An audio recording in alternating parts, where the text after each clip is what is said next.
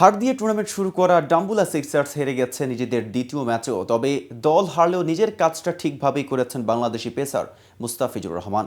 জাফনা কিংসের বিপক্ষে আগে ব্যাট করে ওপেনার কুশল পেরেরার সেঞ্চুরিতে ২ উইকেটে ১৯১ রান করে ডাম্বুলা।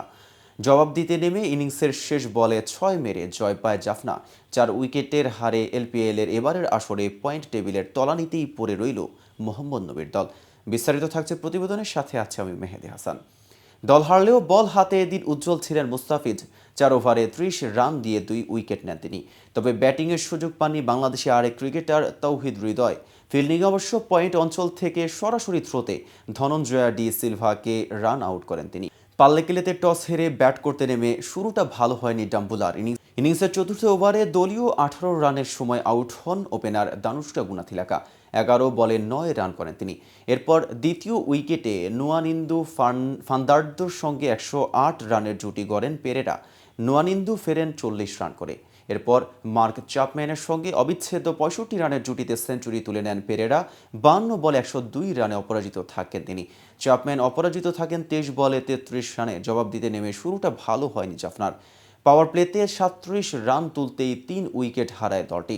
নিজের প্রথম ওভার করতে এসে ওপেনার কুশল মেন্ডিসকে ফেরান মুস্তাফিজ।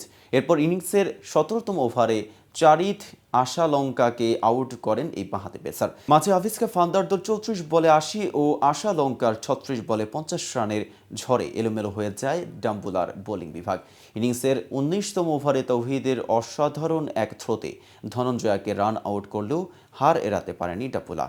এর আগে টুর্নামেন্টের উদ্বোধনী ম্যাচে ব্যাট বল হাতে ব্যর্থ হন বাংলাদেশের ২ ক্রিকেটার, ব্যাটার তৌহিদ হৃদয় ও পেসার মুস্তাফিজুর রহমান। ক্যান্ডি ফ্যালকনের বিপক্ষে খেলতে নেমে ডাম্বুলা সিক্সার্সের হৃদয় ১ রান করেন এবং মুস্তাফিজ ৪৪ রান দিয়ে ১ উইকেট নেন।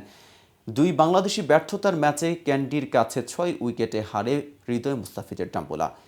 পাল্লেকেলেতে টস হেরে প্রথমে ব্যাট করতে নেমে ২৫ রানে ৪ উইকেট হারায় ডাম্বুলা।